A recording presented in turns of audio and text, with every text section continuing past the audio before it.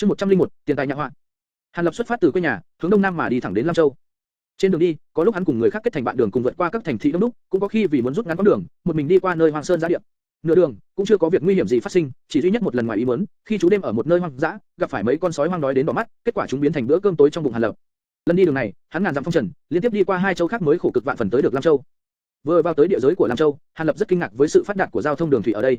Nên biết rằng, gã vốn ở Việt Châu, nơi mà hơn phân nửa đều là hoang sơn giã lĩnh, đa phần sống trên khâu lang sơn, chưa cần nói đến kênh đào lớn, ngay cả những con sông nhỏ cũng chẳng có bao nhiêu, nước ăn đa phần là nước giếng và nước suối là chính. Cho nên, Hàn Lập rất hứng thú với việc nhiều loại thuyền đi lại như con toi trên mặt nước, cuối cùng không nhịn được hiếu kỳ, gã đã bao luôn con thuyền nhỏ này, lần đầu tiên thưởng thức hương vị của việc đi thuyền. Kết quả sau mười mấy ngày, Hàn Lập thuận buồm xuôi gió đến được thành Gia Nguyên, nơi mà Mạc Đại Phu nhắc đến trong thư, đặt chân lên một bến đò nhìn không ra sao này. Ấn tượng đầu tiên của Hàn Lập đối với bến đò này là nó quá cũ nát. Toàn bộ bến đò đều là dùng loại gỗ tạp để dựng lên, địa phương này không những nhỏ bé thô lậu, mà nhìn đông nhìn tây trông nó như một cái giỏ rách nát, như một cái túi thủng, rõ vẻ hỗn loạn và bẩn thỉu. Hơn nữa bên trong hai tòa nhà dựng bằng trúc ở trên bến đò có khoảng chục gã đại hán khỏe mạnh đang đứng, tay trần, trên mình chỉ khoác một chiếc áo cộc, tất cả đều để lộ ra một vẻ khỏe mạnh hung hãn. Lúc này đám đại hán đang nhìn chằm chằm vào gã và Khúc Hồn, có người trong ánh mắt lộ rõ nhãn tình khẩn trương. Hàn Lập sửng sốt một lúc, nhưng lập tức mỉm cười. Trước lúc rời thuyền để lên bến, thuyền phu chèo thuyền đã nhiệt tình cảnh báo gã, ở bến đò của thành Gia Nguyên có một quy định bất thành văn, không cần biết khách thương khi lên bờ mang theo bao nhiêu vật phẩm, đều phải dùng tiền thuê một gã khổ lực mang vác đồ dùng.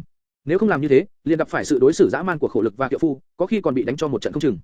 Hàn Lập lần đầu tới đây, gã không hề có ý nghĩ phá hỏng các quy định đã có ở đây, cho nên hiền lành nói một câu: "Ta muốn thuê kiệu phu, có người đến không?" Lúc này Tôn Nhị Cẩu đã thu ánh mắt của mình lại.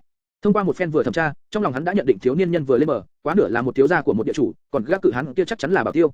Tổ hợp như thế này, hàng năm tại Gia Nguyên thành xuất hiện rất nhiều, bọn họ đến đây để đại khai nhang giới, xài chút tiền, sau đó vai phong rực rỡ đi về, cho nên không cần phải để ý. Bất quá dạng người này rất thích vai phong, là con mồi ngon lành. Chỉ cần hơi cung kính nói với bọn họ vài câu dễ nghe, mấy lao già nhà quê này ngoài việc trả tiền vận chuyển đã nói từ trước ra, thông thường còn không hạn chế số tiền thưởng thêm. Cho nên đối với những người được thuê mà nói, cũng là việc làm ăn rất tốt đẹp. Nhưng lần làm ăn này lại không đến được bên hắn. Do hắn và Hắc Hùng đã ước định trước, song phương luân phiên tiếp nhận việc làm ăn, ai cũng không được phép tranh đoạt. Việc làm ăn cho dù là tốt xấu hay lớn nhỏ, đều dựa vào vận khí của hai bên mà quyết định. Mà hôm qua bọn hắn mới tiếp nhận một chuyến xong, cho nên lần này nên do người bên Hắc Hùng tiếp nhận.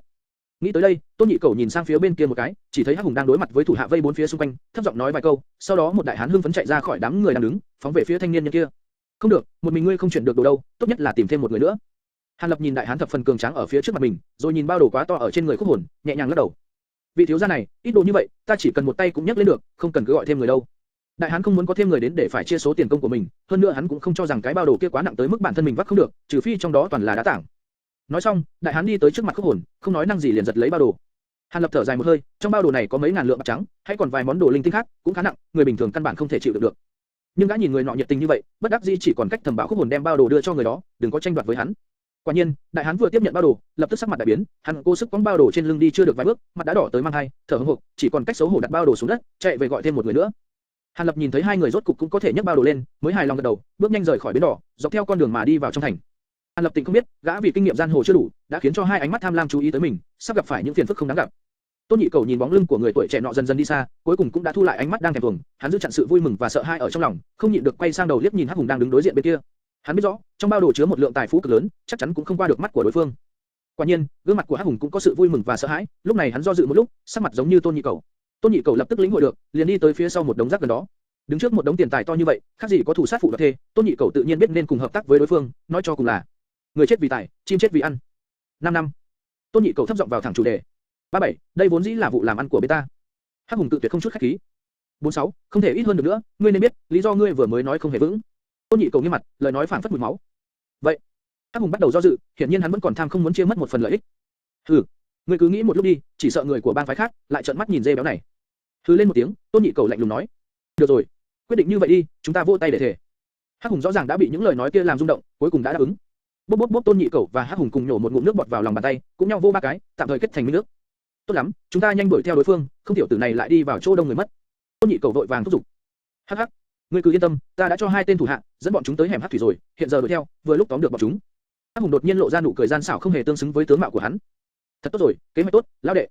Mặt ngoài Tôn Nhị Cẩu lộ ra sự kinh hỉ, trong lòng thì lại dùng mình, càng gia tăng thêm sự đề phòng đối với Hắc Hùng. Chương 102, cách sát. Vừa ra khỏi bến đò, Hàn Lập liền cho hai tên kiệu phu đi đằng trước, để bọn chúng dẫn mình tới khách sạn gần đó, dự định nghỉ ngơi một lát, rồi mới lo lắng tới các việc khác. Hai gã đại hán lớn giọng đáp ứng, dẫn bọn Hàn Lập đi vào trong thành, nhưng trên đường đi đổi hướng liên tục, mãi vẫn chưa thấy bóng dáng của khách sạn nào cả. Hàn Lập tuy vẫn đi theo sau hai tên kiệu phu, nhưng nhìn thấy trên đường đi càng ngày càng vắng vẻ, người qua lại cũng càng ngày càng ít, cũng khe nhíu mày. Cho dù gã chưa có kinh nghiệm dừng chân nghỉ ngơi ở những đại thành trấn, nhưng cũng biết một khách sạn không thể nào xây ở khu vực yên tĩnh, ở nơi này làm gì có khách nào đến. Bởi vậy khi bị dẫn tới một chỗ cái hẻm hết sức dơ bẩn, bên trong đen đúa, Hàn Lập cười khổ, cảm thấy bản thân mình nên lập tức bắt giữ hai người kia lại, đánh đập tra khảo một phen, xem chúng rốt cuộc là có ý đồ gì. Đúng lúc Hàn Lập định ra tay, sâu bên trong hẻm ở phía trước, đông xuất hiện mười mấy đại hán, đám người này trông rất quen mắt, hình như đã nhìn thấy chúng tại bến đỏ. Đám đại hán này cầm trong tay đủ các loại đao nhọn, gậy sắt, lúc này đang nhìn Hàn Lập và Khúc Hồn với ý đồ xấu xa, còn hai tên kiệu phu đang vác bao đồ, trong nháy mắt đã chạy vọt vào trong đám người đó, quay đầu hướng về phía Hàn Lập cười hắc hắc ra tà. Hàn Lập thở dài, xem ra không cần tra khảo đánh đập cũng đã biết mục đích của đối phương rồi, không nghĩ tới vừa đến cố hương của Mạc đại phu, đã gặp phải vợ kịch mưu tài hại mệnh. Tử, đừng trách chúng ta độc ác, ai bảo ngươi mang theo nhiều bạc trắng đến thế, muốn trách thì trách số ngươi không tốt. Một âm thanh thô hào từ phía sau truyền lại. Hàn Lập xoay người nhìn, đằng sau cũng xuất hiện 7-8 tên tráng hán, cầm đầu bởi hai tên, một tên vai to lưng rộng da đen xanh, một tên đầu méo mắt chuột dáng gầy gò, đó chính là Hắc Hùng và Tôn Nhi Cẩu. Cái việc mưu tài đoạt mệnh, sát nhân đoạt tài này, hai người bọn chúng cũng không phải lần đầu làm, nên bọn chúng đều biết, chỉ cần đem việc này làm cho gọn gàng sạch sẽ, không lưu lại một người nào, nó sẽ giống như việc một người không ở nơi này mất tích, cho dù có người đi báo án, quan phủ chắc chắn sẽ không để ý tới. Dù sao ở đây, số người mất tích hàng năm rất nhiều, không thể nào ai ai cũng đi tìm cả. Vì vậy sau khi Hắc Hùng nói xong, cũng không chần chừ, đưa ánh mắt về phía mười mấy tên đại hán kia, đám người kia liền huy động hung khí trong tay, hung hăng vọt lên vây quanh Hàn Lập và Khúc Hồn. Hàn Lập nhìn bộ dáng hung ác muốn giết người của bọn chúng, trong mắt không khỏi lóe lên một tia sát khí, gã nhìn ra rằng đây không phải là lần đầu đám người này làm như vậy, không thì người của bọn chúng đã không toát ra mùi máu tươi như vậy. Giết bọn chúng, không cần lưu tay. Hàn Lập lạnh lùng ra lệnh cho Khúc Hồn. Khúc Hồn vừa nghe xong lời của Hàn Lập, thấp giọng giống lên vài tiếng, trong tiếng giống có mang theo vài tia hưng phấn, đâm đầu xông vào đám người đang đến. Hô một tiếng, hắn xuất ra một quyền, nhanh như thiểm điện, đánh vào đầu của một tên đại hán. Tên đại hán đó lập tức giống như một bao cát, bay thẳng vào tường đá, máu tươi và não tương chảy xuống đất, cái đầu chỉ còn dư lại một bên não. Mà lúc này, một thanh đao nhọn và một cây thiết đồng, thừa dịp giáng vào sau lưng Khúc Hồn. Khúc Hồn không thèm quay đầu, một tay vung về phía sau, hoa lên nửa vòng, phành phành hai tiếng, binh khí của hai tên đại hán kia vừa tiếp xúc với tay hắn liền bay lên không trung, hổ khẩu của hai tên liền chảy máu. Ngay sau đó một chân Khúc Hồn chống đất, chân kia như liêm đao, hướng ra sau quét nhanh một cái, hai tên đại hán kia lập tức bị đá ngay vào bụng, bay ra xa hơn một trượng, nằm bất động trên mặt đất. Một màn này khiến cho người ngoài chứng kiến đều hít vào một ngụm khí lạnh, còn những tên đại hán đang vây quanh hắn thì càng lộ vẻ sợ hãi, có chút chần chừ không dám tiến lên. Nhưng cho dù bọn chúng đã dừng tay, Khúc Hồn vẫn không khách khí, lại đánh nát đầu của hai tên bên cạnh, không có mệnh lệnh của Hàn Lập, hắn sẽ không chủ động dừng tay. Mặt của Tôn Nhị Cẩu và Hắc Hùng rất khó coi, rõ ràng là bọn chúng đã nhìn nhầm, tên này không phải là bảo tiêu bình thường, dĩ nhiên rất khó nhúng tay vào. Giết cự hắn này, mỗi người được thưởng 20 lượng. Trong lòng Tôn Nhị Cẩu chợt có dự cảm bất thường, vội vàng xông đến bên cạnh mấy vị cao thủ, ban ra trọng thưởng. Người bên cạnh hắn và Hắc Hùng vừa nghe những lời ấy, trên mặt đều lộ vẻ vui mừng. Những người này đều mới biết một chút công phu thô thiển bên ngoài, tự nhiên không nhận ra được cách biệt như trời và đất giữa bọn chúng và Khúc Hồn, lại cho rằng đối phương chẳng qua là khí lực hơn người, thân thủ chỉ hơn mình một chút mà thôi, cho nên Tịnh không hề sợ hãi gì cả. Bây giờ dưới sự kích thích của Trọng Kim, đều xông về phía Khúc Hồn. Hắc Hùng nghe mấy lời của Tôn Nhị Cẩu xong, cơ nhục trên mặt co rút một lúc, liền trầm mặt không nói năng gì, chỉ là một quang phiêu hốt bất định lườm đi lườm lại trên người Hàn Lập. Hắc Hùng lúc này chính là đang không ngớt đều khổ trong lòng. Hắn và Tôn Nhị Cẩu không giống nhau, để có thể đạt đến địa vị ngày hôm nay, hắn toàn dựa vào sự dám liều dám giết của mình, đao thật thương thật để đổi lấy, cho nên hắn không những thân thủ không tồi, công phu của bản thân miễn cưỡng có thể gia nhập hàng cao thủ hạng 3, mà nhãn lực cũng cực kỳ tốt. Bởi vậy khi hắn nhìn thấy Khúc Hồn xuất thủ, tim liền lặng đi một lúc, lặng đến tận cùng. Hắn nhìn một cái liền nhận ra thân thủ Khúc Hồn rất cao, cho dù bang chủ của hắn có tới, cũng không nhất định có thể giành được phần thắng, càng không cần nói đến đám tiểu miêu tiểu cầu bọn hắn. Nhưng hắn cũng không dám bay người bỏ chạy, bởi vì biết rõ cự hán này vẫn chưa xuất hết toàn lực, nếu như hắn nhìn ra được ý muốn chạy trốn của mình, sợ là cái chết lại đến sớm hơn. Vì để giữ lại cái mạng mình, xem ra chỉ còn cách đánh thanh niên dáng vẻ nhà quê kia thôi. Rất hiển nhiên là thân phận của thiếu niên nhân này cao hơn nhiều so với cự hán, chỉ đem người này ra uy hiếp mới có khả năng chạy trốn. Còn về đám bạc trắng kia, có nói gì đi nữa hắn cũng không dám cướp nữa, có bảo tiêu lợi hại như vậy ở bên cạnh, sao có thể là một vị thiếu gia con nhà địa chủ gì đó, rõ ràng là công tử của một thế gia đại tộc, nhàn rỗi giả trang ra ngoài đi dạo. Ngày hôm nay có thể chạy trốn, coi như dựa vào thần Phật phù hộ, nếu như còn đem theo bao đồ nặng như thế đi, vậy thì đừng có nghĩ gì nữa. Hắc Hùng nghĩ đến đây, liền nhân cơ hội mấy tên thủ hạ đang xông lên, hướng về Tôn Nhị Cẩu nháy mắt xong, nhẹ nhàng tới sát giữa sân. Chương 103, thu phục. Hàn Lập đứng thẳng quay lưng về phía Hắc Hùng, mặt hướng về phía đám người đang đánh nhau. Hắc Hùng mặc dù cước bộ rất nhẹ, nhưng làm sao có thể qua được hai mắt của Hàn Lập. Cho nên khi Hắc Hùng chỉ còn cách Hàn Lập vài bước chân, bắt đầu với bộ dáng hung thần mãnh liệt xông tới, thân Hàn Lập khẽ động một cái, toàn thân người đột nhiên biến thành quỷ dị đứng đối mặt với Hắc Hùng, nhìn Hắc Hùng đang xông tới mà cười. Hắc Hùng thất kinh, nhưng người đã nhào tới, căn bản không cách nào quay lại, chỉ còn cách hét lớn một tiếng, vươn đôi tay dài đầy lông đen, hung hăng chụp lấy đối phương. Trong lòng hắn cầu khẩn thanh niên này tốt nhất là không có kinh nghiệm gì về việc đánh nhau, sẽ bị bộ dáng hung ác của hắn chế trụ, để hắn đắc thủ trong nháy mắt. Hàn Lập nhìn tên đại hán không biết sống chết dám ra tay với mình, sắc mặt đống nhiên trầm xuống, bụp một cái, người đang trước mặt Hắc Hùng đột nhiên biến mất. Hắc Hùng thầm kêu không hay, vội vàng dừng bước, muốn bay đầu lại để bỏ chạy, nhưng đột nhiên thấy sau cổ lạnh toát, một mũi kiếm sáng như tuyết từ trong yết hầu của hắn lòi ra, rồi đột nhiên không thấy đâu. Hắc Hùng vội vàng lấy tay che kín yết hầu đang phun máu phì phì, muốn nói điều gì đó, nhưng từ trong cổ họng chỉ phát ra vài tiếng khô khốc, rồi chân tay tê liệt ngã xuống trên mặt đất. Sắc mặt Tôn Nhị Cẩu cũng biến thành vàng như sáp, hắn tận mắt thấy thanh niên kia, như ưu linh chuyển tới phía sau Hắc Hùng, sau đó rút từ hông ra một thanh nhuyễn kiếm, thanh kiếm dễ dàng đâm xuyên qua yết hầu của Hắc Hùng. Lúc này đối phương đang rút ra một mảnh vải trắng, lau chùi thanh lợi kiếm sáng lóa mắt kia. Thanh niên này tựa hồ như cảm thấy sự chú ý của Tôn Nhị Cẩu, hắn ngẩng đầu, hướng về phía Tôn Nhị Cẩu cười một cái. Tôn Nhị Cẩu lập tức giống như nhìn thấy gián độc, vội vàng thu ánh mắt lại. Hôm nay hắn đối với cái chết của Hắc Hùng, không những không có chút cao hứng, mà ngược lại trong lòng tràn ngập cái cảm giác thọ tử hồ bi, thọ chết cáo buồn. Hắn hiện tại cũng đã hoàn toàn tỉnh ngộ, thanh niên nhân này đâu phải là con dê béo, rõ ràng là đoạt mệnh Diêm Vương. Mà đám tiểu quỷ bọn hắn, tự nhiên lại tự mình hồ đồ đâm đầu vào tay của Diêm Vương gia này, thật đúng là tự đi tìm chết. Lúc này cái duy nhất mà Tôn Nhị Cẩu trông chờ vào đó là đám thủ hạ kia có thể chế phục được cự hán, như thế thì còn có đường mà liều mạng, có thể đàm phán điều kiện với đối phương, bảo trụ được tiểu mệnh của mình. nhưng khi Tôn Nhị Cẩu chú ý đến tình hình bên phía Cự Hán, liền ngây người như con gà gỗ. Hơn 20 đại hán, toàn thân đầy máu đang nằm bất động trên mặt đất, còn Cự Hán đang khoanh tay đứng thẳng ở đó, thấy Tôn Nhị Cẩu nhìn mình, liền lạnh lùng cùng hắn đối nhãn. Tuy đã có nón che mất không thể nhìn rõ diện mục của Cự Hán, nhưng Tôn Nhị Cẩu vẫn cảm nhận một cô ý nghĩ đầy máu tươi của dã thú nọ đang xông đến, khiến cho khuôn mặt hắn đang từ vàng như sắp chuyển thành tái nhợt. Hàn Lập vẫn lạnh lùng theo dõi thần tình biến hóa của Tôn Nhị Cẩu, gã nhìn ra đám người này không biết một chút võ công, hơn nữa hiện tại đang cực kỳ sợ hãi, nên không có chút hứng thú với việc tự mình ra tay đối phó với đám người này. Không ổn, giết hắn đi. Cuối cùng Hàn Lập đã quay đầu nói, đừng, ta đầu hàng, ta tình nguyện hiến dâng toàn bộ gia tài cho công tử, ta nguyện làm trâu ngựa cho công tử, ta biết hết thảy tin tức lớn nhỏ tại Giang Nguyên Thành, có thể vì công tử mà ra sức quyền mã. Tôn Nhị Cẩu thấy Cự Hán giống hệ ác ma đang từng bước tiến tới gần mình, sợ đến nỗi bủn rủn ngã lăn xuống đất, một miệng vì hoảng sợ quá mà nói ra đủ lời cầu xin. Ồ, Hàn Lập vốn dĩ không để ý tới mấy lời của Tôn Nhị Cẩu, nhưng khi nghe thấy đối phương thông hiểu tin tức lớn nhỏ của Giang Nguyên Thành, trong lòng chợt động, có vài phần hứng thú. Tạm thời dừng tay. Hàn Lập hô lên để ngăn Khúc Hồn không bẻ gãy cổ Tôn Nhị Cẩu, tiến lên vài bước, đến trước mặt người này. Ngươi rất quen thuộc Giang Nguyên Thành sao? Hàn Lập cười hỏi, bộ dạng rất chi là lương thiện. Vừa mới nhìn thấy sự lạc thủ vô tình của Hàn Lập, Tôn Nhị Cẩu nào dám có chút chậm trễ, hắn run rẩy nói liên tục, rất quen, cực kỳ quen, tiểu nhân vốn lớn lên ở Giang Nguyên Thành, đối với mỗi ngọn cây ngọn cỏ ở đây đều như trong lòng bàn tay. Giờ phút này hắn như túm được cành cây cứu mạng, hận không thể đem những lời vừa nói khoa trương thêm 10 phần, để đối phương thấy mình hữu dụng. Hàn Lập nghe câu trả lời xong, sờ sờ mũi mình, rồi nghiêng đầu suy nghĩ, tiếp theo rút từ trong ngực ra một cái bình sứ. Từ trong bình, gã lấy ra một dược hoàn màu trắng to như long nhãn, đưa cho Tôn Nhị Cẩu. Hoặc uống nó, hoặc là chết. Hàn Lập nói rất dứt khoát. Tôn Nhị Cẩu tay cầm dược hoàn, có chút run rẩy. Hắn nhìn vật trong tay, có chút do dự không biết, nhưng khi mục quang tiếp xúc với nhãn thần lạnh như băng phía đối diện, run rẩy vài cái, rồi ngửa đầu nuốt trôi dược hoàn. Tốt, có vậy ta mới tin tưởng ngươi. Hàn Lập hài lòng gật đầu. Viên thuốc này gọi là Hủ Tâm Hoàn, là độc môn bí dược của ta, một tháng phải dùng giải dược một lần, không thì lục phủ ngũ tạng nát như mà chết. Tin rằng ngươi là người sáng suốt, không hai ý ba lòng. Hàn Lập âm trầm nói. Tuy Tôn Nhị Cẩu đã sớm có chuẩn bị trong lòng, nhưng nghe xong dược tính sau khi sử dụng dược hoàn, mặt như có tang, túi đầu đủ rũ. Ngươi yên tâm, chỉ cần giúp ta hoàn thành việc ở Giang Nguyên Thành, ta sẽ giải độc, trả lại tự do cho ngươi. Dựa vào thân thủ của ngươi, ở nơi khác ta không thèm dùng.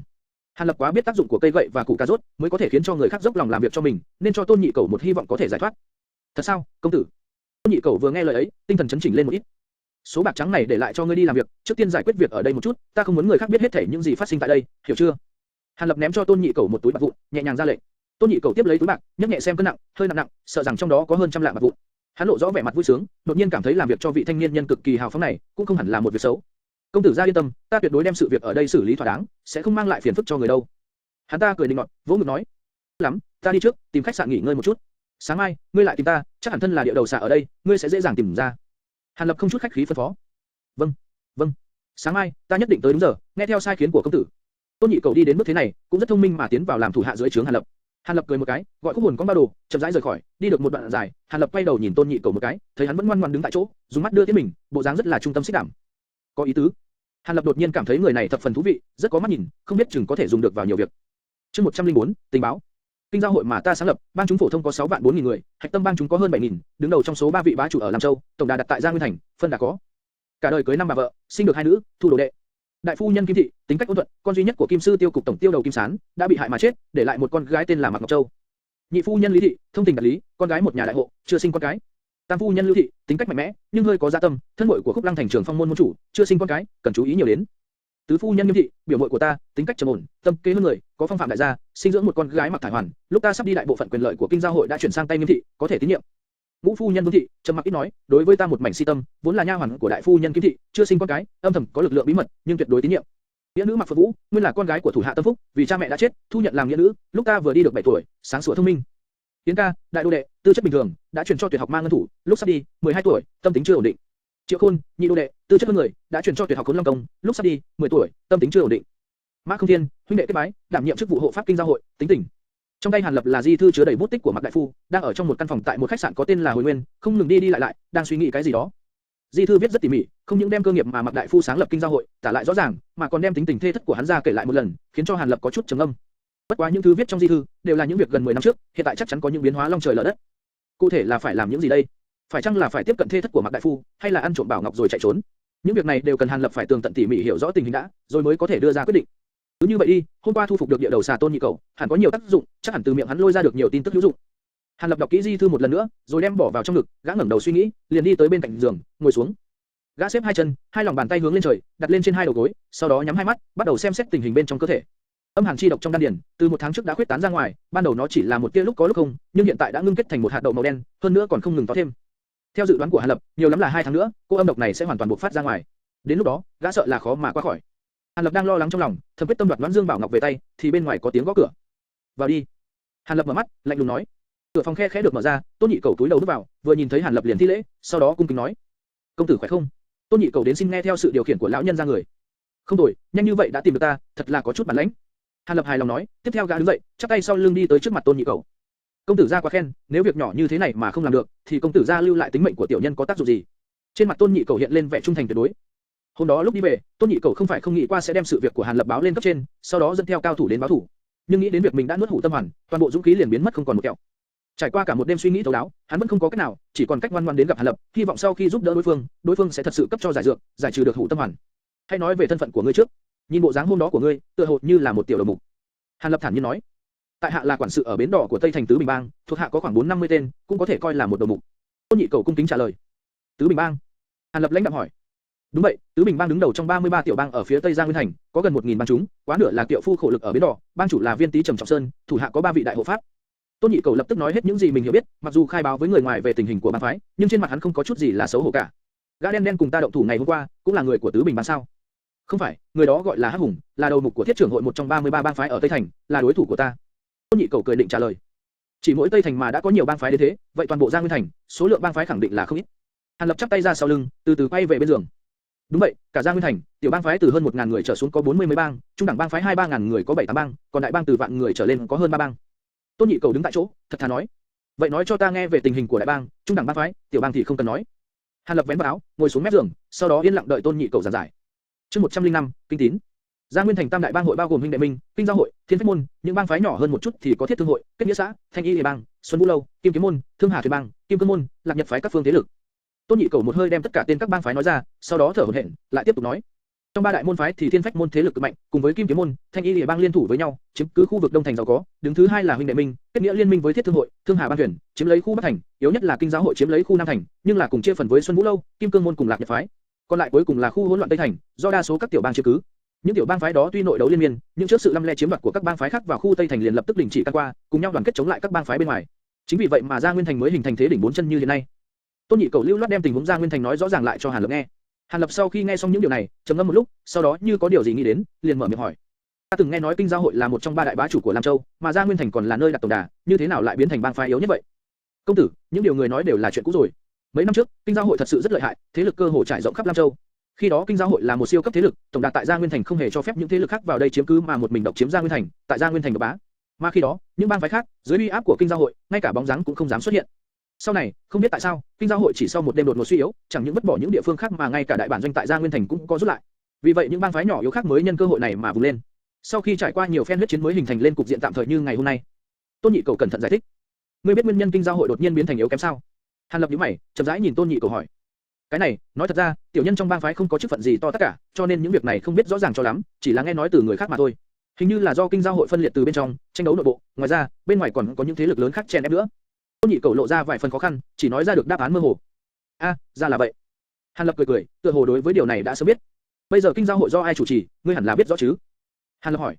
Cái này ta biết, chủ trì Kinh Giao hội bây giờ đúng là góa phụ của Mạc hội chủ, Nghiêm phu nhân. Tôn Nhị Cẩu vội vàng đáp lời. Góa phụ? Hàn Lập cảm thấy kinh ngạc. Đúng vậy, nguyên người sáng lập Kinh Giao hội là Mạc hội chủ đã chết rồi, phu nhân của lão không phải là góa phụ sao? Tôn Nhị Cẩu mở to mắt, có chút chần chừ, không biết vừa rồi mình có nói sai gì không? Ai nói Mạc hội chủ đã chết rồi?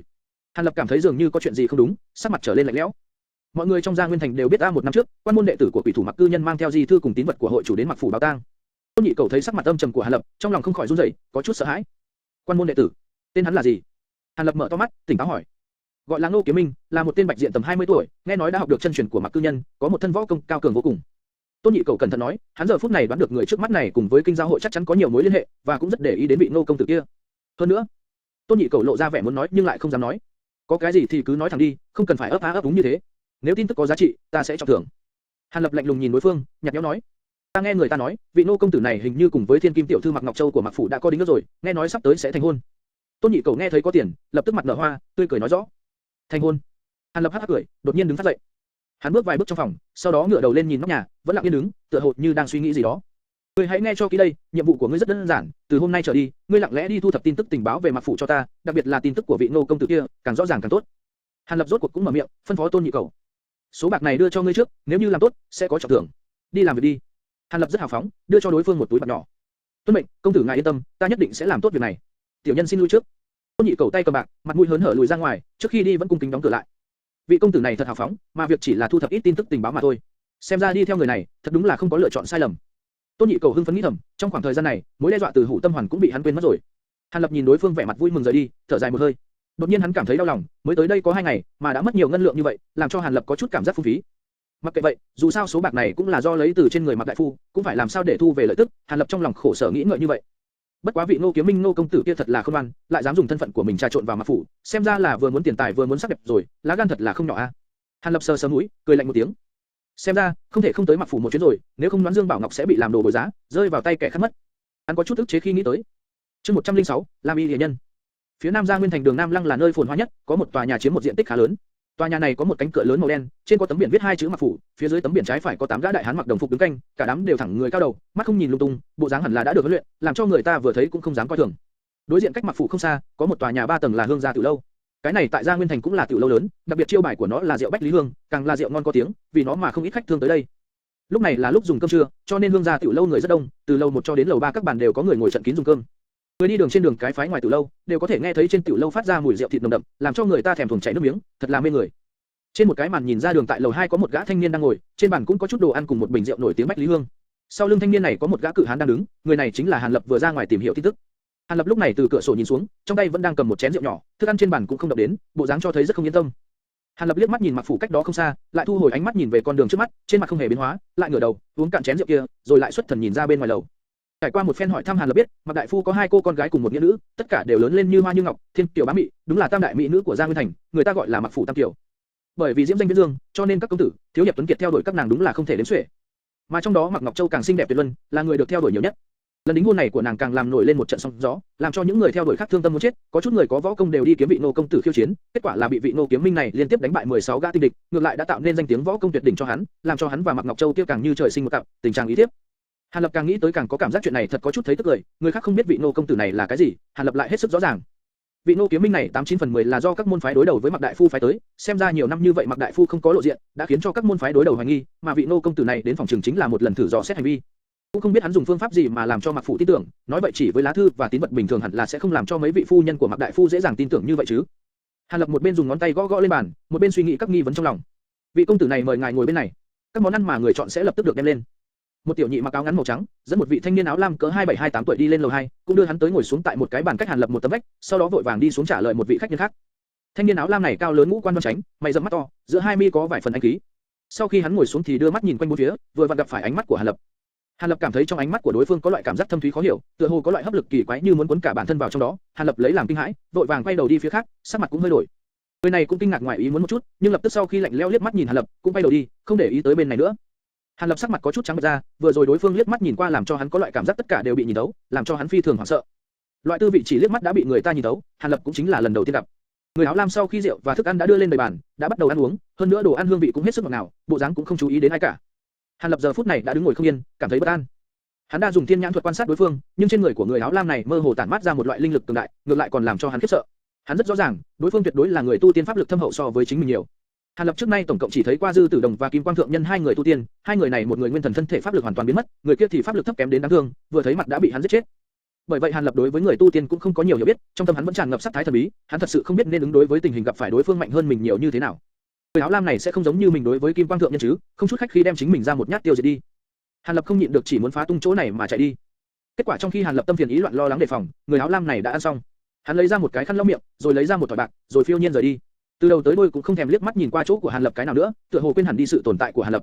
Hàn Lập đợi đến khi người đó hoàn toàn rời khỏi từ lâu, mới thở phào một cái, dựa vào ghế của mình. Thời gian người áo lam ăn cơm mặc dù rất ngắn, nhưng hắn lại cảm giác giống như là dài cả ngày rồi, tạo cho hắn áp bức về mặt tinh thần quá lớn, giống như mới cùng với ai một hồi sinh tử đại chiến. Lúc này, người áo lam kia xuất hiện tại một góc đường khác, nơi đó có một gã nam tử áo vàng khoảng 30 tuổi đang đợi. Lão Tam, tại sao lại đến chậm? Chúng ta còn phải gặp mặt với đại ca nữa. Nam tử áo vàng có chút bất mãn nói. Hắc hắc, nhị ca, đừng nóng giận. Ta chỉ là mấy năm rồi không được ăn thức ăn của thế gian, vừa rồi đi thưởng thức một phen. Người áo lam cười nói. Ngươi thật ham ăn. Đã nói với ngươi bao nhiêu lần, người tu tiên chúng ta phải thanh tâm quả dục, kiêng kỵ cái loại ăn to nói lớn này. Nhưng ngươi vẫn không nghe, ngươi ăn uống một lần như vậy, lại làm cho tâm tính lại thấp đi không ít. Người áo vàng trừng mắt nhìn người áo lam, tức giận giáo huấn.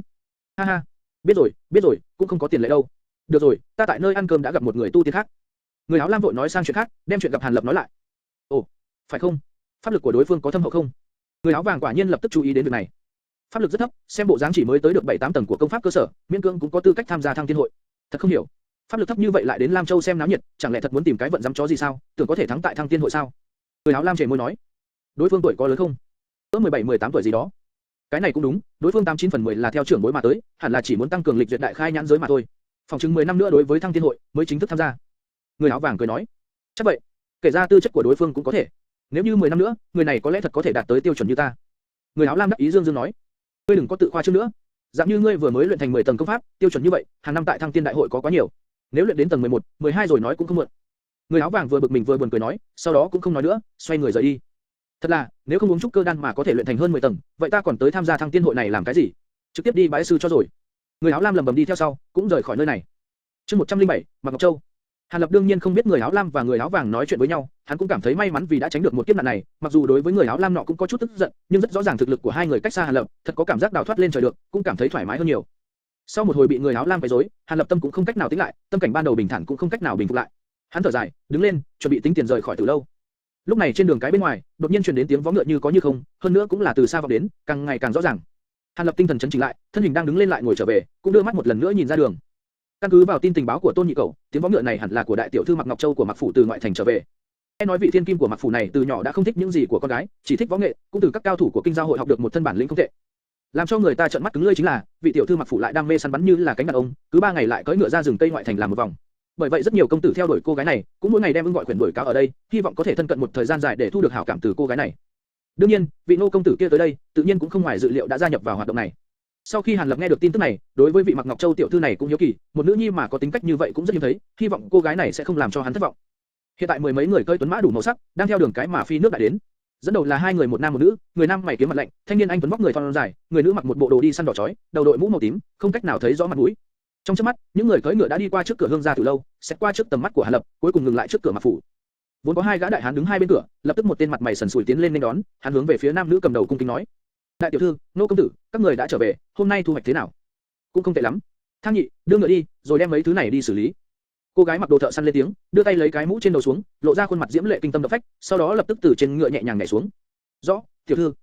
Hán tử tên là Thang nhị tựa hồ không dám nhìn lâu khuôn mặt của cô gái này, vội vàng nhận lấy dây cương mà đi vào cửa. Mặc dù cách cửa lớn của Mạc phủ có chút khoảng cách, nhưng Hàn Lập ở trên lầu vẫn thấy rõ 7-8 phần khuôn mặt của cô gái này, hắn không nhịn được hít sâu một hơi, da thịt trong suốt như tuyết, cánh mũi thẳng tắp thanh tú, hai mặt đen nhánh sáng ngời, đôi môi đỏ hồng mê người, chim sa cá lặn, tu hoa bế nguyệt đại khái chỉ đến thế mà thôi. Cô gái này chính là Mạc Ngọc Châu sao? Chắc không được có thể làm cho tất cả công tử của Gia Nguyên thành trở nên điên cuồng, quốc sắc thiên hương, khuynh quốc khuynh thành chính là lời mô tả thích hợp nhất đối với nàng. Hàn Lập trong lòng không khỏi thầm nghĩ. Thanh niên anh tuấn kia và nam nữ phía sau lúc này cũng đều xuống ngựa, trong đó tự nhiên cũng có người dẫn ngựa đi qua. Thanh niên nọ mỉm cười đi tới trước mặt Mạc Ngọc Châu, thấp giọng nói vài câu gì đó, làm cho vị Mạc tiểu thư này trên mặt từng đỏ, đánh trên vai thanh niên này vài cái, tiếp theo ngượng ngùng liếc người thanh niên này vài lần, sau đó chân ngọc chạy thẳng vào cửa. Thanh niên nọ sau khi ha ha cười, cũng phong độ cất bước đi vào. Người này chắc là Ngô Kiếm Minh, thật có thể làm cho cô gái này cười, cũng rất có tương lai đây. Hàn Lập chua chát thầm nghĩ, hắn rất biết rõ bản thân, nếu nói về tướng mạo, bản thân sợ rằng cưỡi ngựa cũng không dượt kịp đối phương. Hơn nữa nhìn qua, Mạc Ngọc Châu kia và vị nô công tử này tiếp xúc cũng không tệ, cảm tình cũng khá sâu. Hắn lại cau mày, cảm giác được chuyện này có thể khó mà xử lý như mình nghĩ được. Mặc kệ nói thế nào, Loan Dương Bảo Ngọc nhất định phải lấy được, hơn nữa phải nắm chắc. Dù sao âm độc trên người không phải là nhỏ, nói không chừng nó sẽ bộc phát sớm hơn thời hạn. Hàn Lập có chút ưu tư. Hắn sau khi liếc nhìn Mạc phủ qua một lần nữa, rồi vén màn rời từ lâu, về lại khách sạn nơi mình ở. Hàn Lập sau khi về khách sạn trải qua một phen suy nghĩ, vẫn quyết định sử dụng phương pháp trực tiếp nhất hữu hiệu nhất, chuẩn bị đơn đao trực tiếp đột nhập vào. Hắn định ban đêm lặng lẽ đi gặp vị Nghiêm phu nhân chủ trì kinh giao hội, sau đó dùng tín vật mà Mạc đại phu lưu lại cho hắn, trực tiếp vạch trần tên giả mạo thư kia với Mạc phủ. Về phần làm sao lấy được bảo ngọc kia, chỉ có thể đến đâu thì hay đến đó. Nếu đã quyết định rồi, Hàn Lập cũng không hề ngại trước sợ sau nữa, hắn ở bên trong phòng nhắm mắt dưỡng thần, chuẩn bị cho tối nay hành động. Bất quá trong lúc này, khuôn mặt diễm lệ của Mạc Ngọc Châu kia lại thỉnh thoảng hiện lên trong đầu hắn, có đổi thế nào cũng không xua đi được. Chẳng lẽ mình đã thích cô gái này sao? Hàn Lập có chút mất tự nhiên thầm nghĩ, nhưng sau đó hắn lại tự an ủi một chút. Một cô gái xinh đẹp như thế, mình có bị hấp dẫn cũng là chuyện thường, cũng không nhất định là thích. Là một người đã đặt nửa chân vào con đường tu tiên, Hàn Lập mặc dù đối với chuyện nam nữ hoàn toàn trống rỗng, nhưng trong ý thức cũng tránh không được phát sinh việc nam hoan nữ ái. Tới canh ba, Hàn Lập thay quần áo đen, lén lén ra khỏi khách sạn. Hắn theo nóc nhà mà nhẹ nhàng lướt qua, không có làm kinh động những người tuần canh, đi tới bên ngoài Mạc phủ. Hắn sau khi đi một vòng quanh phủ, cười khẽ một tiếng, biến thành một làn khói nhẹ, trước mắt mấy tên thủ vệ, tiến vào hậu viện Mạc phủ, mà đám cảnh vệ này cũng không phát giác ra có gì dị thường. Chương 108, gia nhập Mạc phủ. Hậu viện Mạc phủ là một hoa viên không nhỏ, bên trong có rất nhiều hoa cỏ hiếm thấy, mặc dù sắc trời hôn ám nhìn không rõ, nhưng dựa vào mùi hoa nồng đậm này, cũng thấm vào trong tâm phế của người ta, làm cho Hàn Lập không khỏi hít sâu một hơi. Ồ! Hàn Lập đột nhiên hô nhẹ một tiếng, mặc dù mùi hoa nồng nặc nhưng hắn vẫn nhận mùi thảo dược quen thuộc. Có người ở chỗ này trồng thảo dược, Hàn Lập nở nụ cười, loại mùi cực kỳ quen thuộc này, làm cho hắn đối với người trồng cảm thấy tò mò, xem ra trong Mạc phủ có người kế thừa y thuật của Mạc đại phu. Hàn Lập không dám chỉ hoãn nữa, theo con đường nhỏ trong vườn, hướng vào trong mà từ từ đi. Trên đoạn đường, Hàn Lập phát hiện có che giấu rất nhiều ám tiễn, nếu không phải hắn cảnh giác hơn người, thật đúng là không thể phát giác được. Xem ra Mạc phủ đề phòng rất nghiêm mật. Bất quá nếu hắn muốn đi qua, những thứ này đối với hắn mà nói rất là dễ dàng. Hàn Lập tới trước một ngôi lầu nhỏ 2 tầng thì ngừng lại. Sở dĩ chọn nơi này, bởi vì hắn phát giác cảnh vệ xung quanh ngôi lầu này canh gác nghiêm ngặt hơn các chỗ khác, xung quanh cũng phải tới 2-3 chục tên thủ vệ. Hàn Lập nhìn ngôi lầu nhỏ 2 tầng trông có vẻ rất sáng sủa này, biết bên trong hẳn là có nhân vật quan trọng mặc phủ vẫn chưa ngủ, vừa lúc thích hợp bản thân điều tra một phen. Vì vậy, hắn men theo bóng đêm thân hình nhanh như thiểm điện, nhoáng một cái người đã bay nhanh tới dưới lầu, sau đó hai chân dùng một chút sức, nhẹ nhàng phóng lên tầng 2, cả quá trình chỉ hoàn thành trong nháy mắt, bốn phía canh phòng bấy giờ cũng không thể phát hiện ra sự xâm nhập của Hàn Lập. Hàn Lập dán sát vào vách tường của lầu 2, thân hình như bóng ma ẩn vào trong bóng đêm, sau đó cẩn thận lắng nghe tình hình bên trong phòng. Theo tính giác siêu cấp của bản thân, Hàn Lập nghe được bên trong phòng có giọng con gái đang nói chuyện, xem ra cũng không phải chỉ có một người ở bên trong phòng. Trương Binh trấn Bí Đà đưa tới 7.300 lượng bạc. Lạc Cốc trấn Bí Đà đưa tới 5.800 lượng bạc. Lam Nguyệt trấn Bí Đà đưa tới 10.500 lượng bạc. Ngũ Linh trấn, cái này là tháng trước, ám đà môn đưa bạc tới, cơ bản so với năm trước ít hơn 1/4. Thanh âm dễ nghe của con gái truyền vào trong tai Hàn Lập, thanh âm này rất có sức sống, vừa nghe đã biết đó là giọng của một cô gái trẻ, chỉ là câu nói cuối cùng của nàng chứa đầy ý bất mãn. Mẹ, người phụ trách ám đà lá gan cũng càng lúc càng lớn, đưa bạc tới càng lúc càng thiếu. Cô gái này tức giận nói, ta biết rồi, trong lòng cũng có tính toán. Một giọng nữ trầm thấp rất có sức hút vang lên. Chẳng lẽ là một trong Mạc thị tam tiểu? Hàn Lập tinh thần chấn chỉnh, cảm giác được vận khí bản thân cũng không tệ, bên trong phòng xem ra chính là phu nhân của Mạc đại phu. Mẹ nói biết rồi, chẳng lẽ không muốn có biện pháp chỉnh đốn sao? Cứ như vậy mà làm, ám đà này sớm muộn gì cũng sẽ không xem tổng đà chúng ta ra gì. Cô gái trẻ ôm đoán giận nói, ta hôm nay cũng không có biện pháp gì tốt. Phải biết rằng lực lượng của ám đà luôn luôn là do Ngũ nương một mình trông coi, những người khác trong Mạc phủ căn bản không thể động tay vào. Người phụ nữ nhẫn nại đáp. Những lời này vừa ra, bên trong phòng nhất thời trở nên im lặng. Qua một hồi sau, mới lại truyền đến thanh âm không cam lòng của cô gái trẻ. Mẹ, chẳng lẽ thật sự để cho Ngũ nương độc chiếm lực lượng của ám đà này sao? Phải biết rằng, từ mấy năm trước mấy người Mã thúc đã phân ra, hơn nữa sau khi bị các thế lực khác chèn ép, lực lượng của ám đà cũng đã thành trụ cột lớn nhất của kinh giao hội chúng ta. Mẹ là người đại diện cho kinh giao hội, vậy lực lượng lớn nhất đó đương nhiên cũng do mẹ khống chế chứ. Nói thì nói như vậy, nhưng năm đó khi cha của con rời đi, đã đem ám đà này giao cho Ngũ nương, ta thật sự không có cớ gì để nhúng tay vào. Hơn nữa Ngũ nương hiện tại mỗi tháng đều đem lại bộ phận tiền bạc của ám đà giao cho tổng đà, ta cũng không thể hỏi tới. Người phụ nữ thản nhiên nói, đối với kinh giáo hội chúng ta vốn đã rất yếu, nếu như còn không đem tất cả các lực lượng hợp lại, làm sao còn có hy vọng Đông Sơn tái khởi chứ? Cha cũng thiệt là, nếu đã đem chuyện của kinh giáo hội giao cho mẹ xử lý, tại sao còn đem ám đà đặc biệt giao cho Ngũ nương? Cô gái trẻ thanh âm 10 phần oán khí, hiện nhiên nàng đang rất bất mãn đối với cha. Đừng nói bậy, cha con làm như vậy, tự nhiên có thâm ý của hắn. Con là con gái cũng không nên nói lung tung về chuyện của gia đình. Người phụ nữ nghiêm giọng giáo huấn cô gái. Biết rồi, con nhận lỗi được chưa? Xem ra mẹ đối với cha thật đúng là si tâm không thay đổi. Cô gái tựa hồ đối với việc này đã quen, bộ dáng không quan tâm, ngược lại mở miệng giễu cợt lại mẫu thân của nàng. Đứa nhỏ này. Người phụ nữ đối với cô con gái này rất thương yêu, chỉ có thể cười khổ không nói gì. Hàn Lập lúc này đã khẳng định, người phụ nữ bên trong phòng chính là Nghiêm thị hắn muốn tìm, cô gái chắc cũng là con gái của Mạc đại phu Mạc Thải Hoàn, xem ra hắn thật sự rất may mắn, lại có thể tìm được đúng chỗ như vậy. Hàn Lập đưa tay sờ sờ lá thư cùng tín vật của Mạc đại phu bên người, cũng chuẩn bị hiện thân gặp mặt hai người này. Mẹ, tên giả mạo đáng ghét kia. Hôm nay ở phía sau hoa viên đã đụng vào con, lại đối với con ra vẻ ân cần, cực lực đưa ra mấy câu văn thơ mà hắn đã chuẩn bị, bộ dáng tự nhận là văn võ toàn tài, thật làm cho người ta chán ghét. Cô gái đột nhiên từ làm lũng lại nói ra một câu như vậy, làm cho Hàn Lập kinh ngạc, khiến cho chân đang muốn bước ra, lại bất giác rụt trở về. Con đối với tên họ Ngô kia khách khí một chút, dù sao hắn hiện tại trên danh nghĩa là tỷ phu tương lai của con, đừng làm cho hắn nhìn ra sơ hở. Nghiêm thị nghe vậy trịnh trọng hẳn lên, có chút nghiêm túc mà nói, khu, đại tỷ cả ngày đều bị người này bám chặt, còn phải giả bộ ra bộ dáng động tâm hoài xuân nữa chứ, thật sự là làm khó cho đại tỷ. Nếu đổi lại là con, đã sớm một kiếm chém hắn ra làm đôi. Cô gái cảm thán nói, cái này cũng là không có biện pháp nào khác, mặc dù chúng ta biết họ Ngô kia là giả mạo, cũng sắp điều tra sáng tỏ chi tiết của hắn, nhưng vì tranh thủ một chút thời gian, cũng chỉ có cách hy sinh danh dự của đại tỷ con, cùng với người này dối trá trì hoãn. Dù sao kẻ địch thanh thế quá lớn, nếu như biết không có thể lừa gạt chúng ta, sợ rằng sẽ lập tức phát động cường công, chúng ta quyết không có phần thắng. Thanh âm của Nghiêm thị tràn ngập sự ủ rũ, trong lời nói lộ ra vẻ mệt mỏi. Chương 109, đăng môn. Gã họ Ngô này thật ghê tởm, giả mạo thư lấy danh nghĩa của cha để gả đại tỷ cho hắn, thật sự là tức chết người đi được. Mạc Thải Hoàn đoán hận nói, xem ra đối với tên Ngô Kiếm Minh kia cực kỳ thống hận. Bất quá cũng may là chọn đại tỷ của con, nếu như hắn yêu cầu là con hoặc Phượng Vũ, ta thật không biết nên làm cái gì bây giờ mới tốt. Phải biết rằng với tính tình của con và Phượng Vũ, làm sao có thể nhẫn mại dối trá ứng phó cùng người này. Chỉ là khổ cho Ngọc Châu, không biết khi phu quân trở về, có trách cứ mẹ không đây. Nghiêm thị thở dài, nhẹ nhàng nói, mẹ, cha làm sao lại đi trách mẹ chứ? Để chu toàn chuyện gã họ Ngô này, không phải là do đại tỷ chủ động nói ra sao? Mạc Thải Hoàn vội vàng an ủi Nghiêm thị. Đứa nhỏ ngốc này, đây là Ngọc Châu vì Mạc phủ cùng kinh giao hội chúng, mà không thể không làm. Bất quá, mẹ cũng chỉ để đại tỷ và gã giả mạo đó đến cỡ này thôi, tuyệt sẽ không thật sự đem đại tỷ của con gả cho hắn. Thật sự trì hoãn không được, cũng chỉ có cách trở mặt bắt giữ hắn. Nghiêm thị nói xong lời cuối cùng này, thanh âm trở nên lạnh lẽo hẳn. Nghiêm thị sau khi nói xong câu này, bên trong phòng lại yên tĩnh, hiển nhiên hai mẹ con cũng biết sau khi trở mặt sẽ có chuyện gì xảy ra. Phụ thân rốt cuộc khi nào mới có thể trở về? Mạc Thải Hoàn một hồi lâu sau, mới thì thầm hỏi. Cha con khi đi có nói qua, nhanh thì 2-3 năm, lâu thì 5-6 năm sẽ trở về. Nghiêm thị buồn bã nói. Nhưng hiện tại cũng gần 10 năm rồi, con ngay cả bộ dáng của phụ thân cũng nhớ không rõ nữa. Mạc Thải Hoàn chậm rãi nói. Yên tâm đi, phụ thân con là một đời kỳ tài, lại mang tuyệt kỹ trong người, tuyệt không có việc gì. Khẳng định là có việc gì quan trọng làm cho trì hoãn, rất nhanh sẽ về lại Mạc phủ. Nghiêm thị hình như là nói cho nữ nhi nghe, vừa hình như là tự an ủi mình. Được rồi, nhị tỷ Phượng Vũ đã điều chế được linh dược dùng để an thần dưỡng nhan, để con lấy lên cho mẹ, mẹ nên dùng một ít, nghe nói hiệu quả rất tốt. Cô gái vì phá tan không khí trầm mặc bên trong phòng, đột nhiên thay đổi đề tài, nói sang chuyện khác. Đứa nhỏ này. Kế tiếp hai mẹ con chỉ là nhỏ to tâm sự, Hàn Lập cũng không nghe được tin tức gì hữu dụng nữa. Hàn Lập từ hai mẹ con này nói chuyện với nhau, đã nghe ra Nghiêm thị cùng Mạc đại phu cảm tình rất sâu, xem ra có thể tín nhiệm.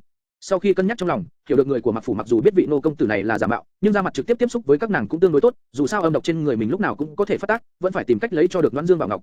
Hàn Lập nghĩ tới đây, đưa tay vào trong áo lấy ra tín vật của Mạc đại phu một cái nhẫn hình rồng, sau đó nhẹ nhàng đi tới ngoài cửa sổ phòng, vung tay đem cái nhẫn quăng vào bên trong phòng. Càng thanh âm của cái nhẫn rơi xuống đất vang lên, bên trong phòng lập tức có tiếng hô lên. Chỉ chốc lát sau, bên trong phòng vang lên thanh âm của Nghiêm thị. Là vị cao nhân nào quang lâm Hàn xá? Nghiêm thị không kịp nên đón, xin hãy lượng thứ. Hàn Lập mỉm cười, chưa kịp mở miệng trả lời, đã nghe được tiếng kêu sợ hãi của cô gái. Thật kỳ quái, là một cái nhẫn. Cái nhẫn này nhìn thật quen mắt, rất giống cái nhẫn mà mẹ đang đeo. Mẹ, đến xem này. Hiển nhiên Mạc Thải Hoàn đã đi nhặt cái nhẫn lên, đưa nó cho Nghiêm thị. Văn Long giới. Nghiêm thị kinh ngạc hô lên. Hàn Lập nghe thấy đối phương nhận ra tín vật, lúc này mới đi tới trước cửa gõ hai tiếng, rồi cất cao giọng nói: đệ tử Hàn Lập, phục lệnh của Mạc sư, đến đây bái kiến sư mẫu. Bên trong phòng sau khi nghe Hàn Lập nói, nhất thời không một tiếng động. Hiển nhiên lời Hàn Lập nói, làm cho người ở trong phòng nhất thời kinh sợ. Vào đây đi. Sau một hồi, bên trong mới truyền đến thanh âm của Nghiêm thị. Hàn Lập lúc này mới đẩy nhẹ cửa phòng, cất bước đi vào. Vừa vào phòng, Hàn Lập thấy một vị phu nhân xinh đẹp cỡ 30 tuổi, ngồi trên ghế, sau lưng có một cô gái xinh đẹp cỡ 15-16 tuổi đang đứng, cô gái dung mạo 7-8 phần giống với mỹ phụ, vừa nhìn đã biết các nàng có quan hệ huyết thống rất gần gũi. Lúc này mỹ phụ nhân Nghiêm thị, trong tay đang cầm cái nhẫn hình rồng mà hắn mới quăng vào, trên mặt vẫn bình thản, cũng không có hiện lộ ra vẻ trước mặt Hàn Lập. Mà cô gái Mạc Thải Hoàn đang đứng ở phía sau, tò mò đánh giá Hàn Lập, khoe miệng nàng khẽ nhếch lên, có vẻ cười mà không cười, cả người trên dưới tản mát ra mùi vị tinh linh cổ quái. Hàn Lập sau khi đánh giá, mới đi tới trước thi lễ với Nghiêm thị. Thứ sư mẫu khỏe chứ? Nghiêm thị trong mắt lóe lên vẻ kinh ngạc, đối với dáng vẻ không sợ ai của Hàn Lập, có vẻ rất bất ngờ. Bất quá nàng cũng không có phản ứng với sự ân cần thăm hỏi của Hàn Lập, mà là đưa tay trái lên, lộ ra trên ngón tay một cái long văn giới chỉ khác.